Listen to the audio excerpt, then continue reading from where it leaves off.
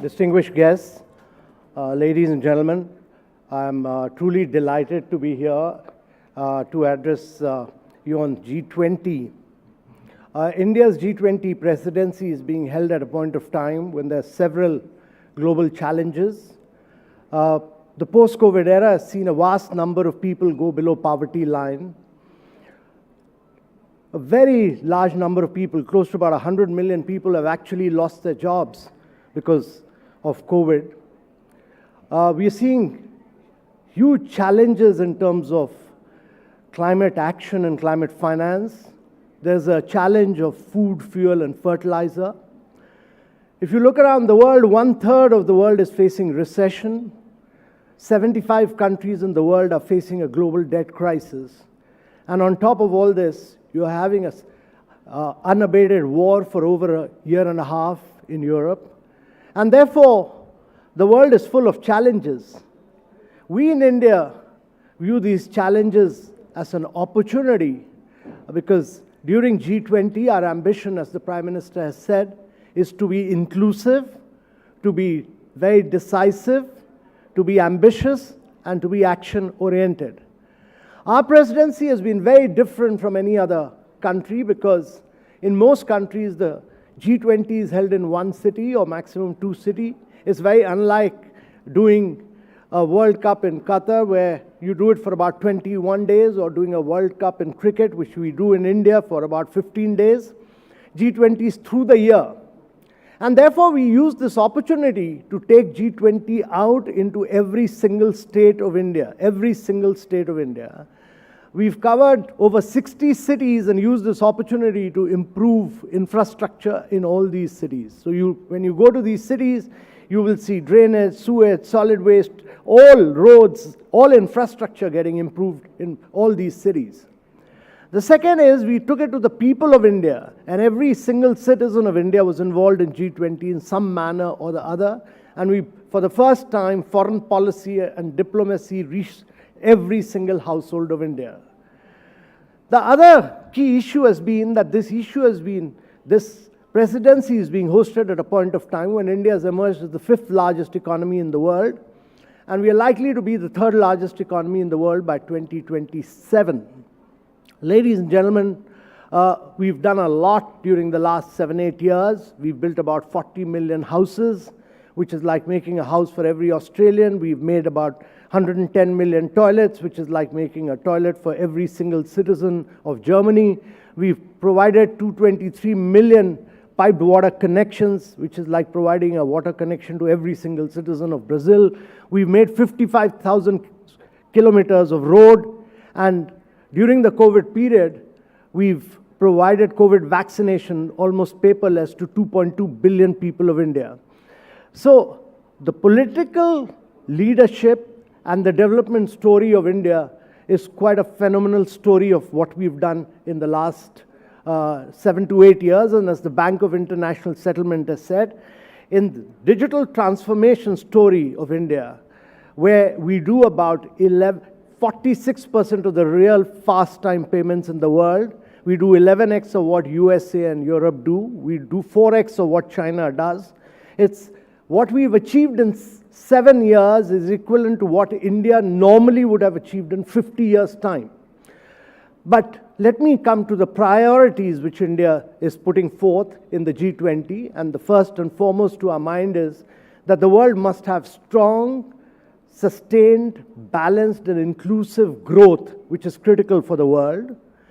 Second is to accelerate the pace of sustainable development goals because only 12 of the 169 SDGs are on track right now. And you need to accelerate the pace of learning outcomes, health outcomes, nutritional standards, and make it inclusive. And that is critical. And the third key priority is that climate action and climate finance are very critical. The world may survive, but we'll all go extinct if we are not able to live up to 1.5 degrees centigrade. We have not carbonized the world, but irrespective of the fact that we occupy only 1.3% of the carbon space, it is incumbent upon all of us to actually play a very key and a critical role in carbon action, and therefore the Prime Minister's philosophy of lifestyle for sustainable development. And fourthly, For both SDG and climate action, you need long-term finance. And therefore, the multilateral financial institutions which were built post-World War II during the post-Bretton Woods period need to be greatly redesigned and reformulated so that they move away from direct lending to indirect lending and are able to generate resources from the private sector, do blended finance, first loss guarantees, credit enhancement. There's no shortage of funds in the world. There's $350 trillion. The world needs $7 trillion, but $350 trillion are available, $150 trillion with pension funds themselves. But you need multilateral financial institutions to be able to mobilize them for both SDG and climate action.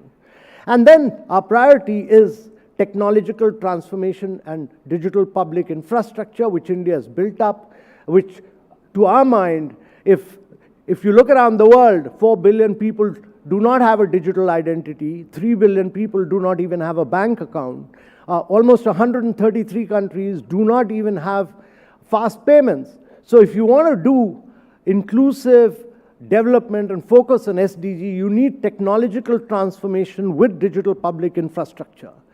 And lastly, our priority of the Prime Minister has been that women-led development, that is women empowerment and gender equality, will be very critical, and women have to be put into positions of leadership so that we can enhance their learning outcomes, we can improve their health standards, break this huge vicious cycle of malnutrition.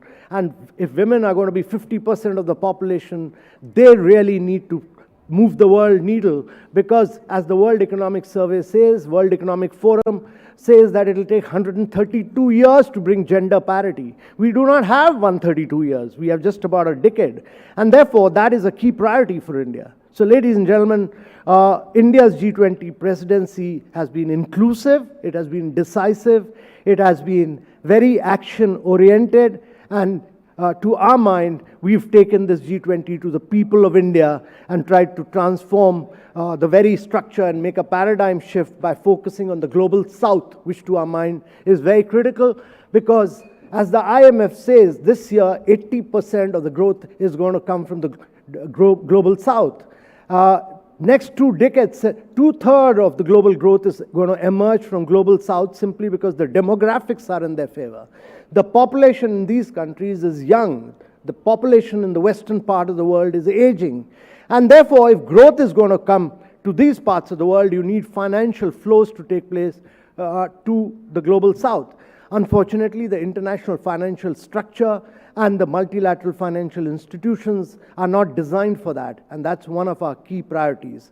So ladies and gentlemen, we look forward to the Leaders Summit, which will be the key. The Leaders Summit will have the New Delhi leaders' statement, and we look forward to a very, as the Prime Minister said, a very inclusive, decisive, forward-looking, and an ambitious, action-oriented leader's statement. These negotiations are presently on every day, and every word is hotly contested. Every word is debated between 20 countries. It's a very tough and arduous task, but I can assure you that India will more than deliver on G20. Thank you very much, ladies.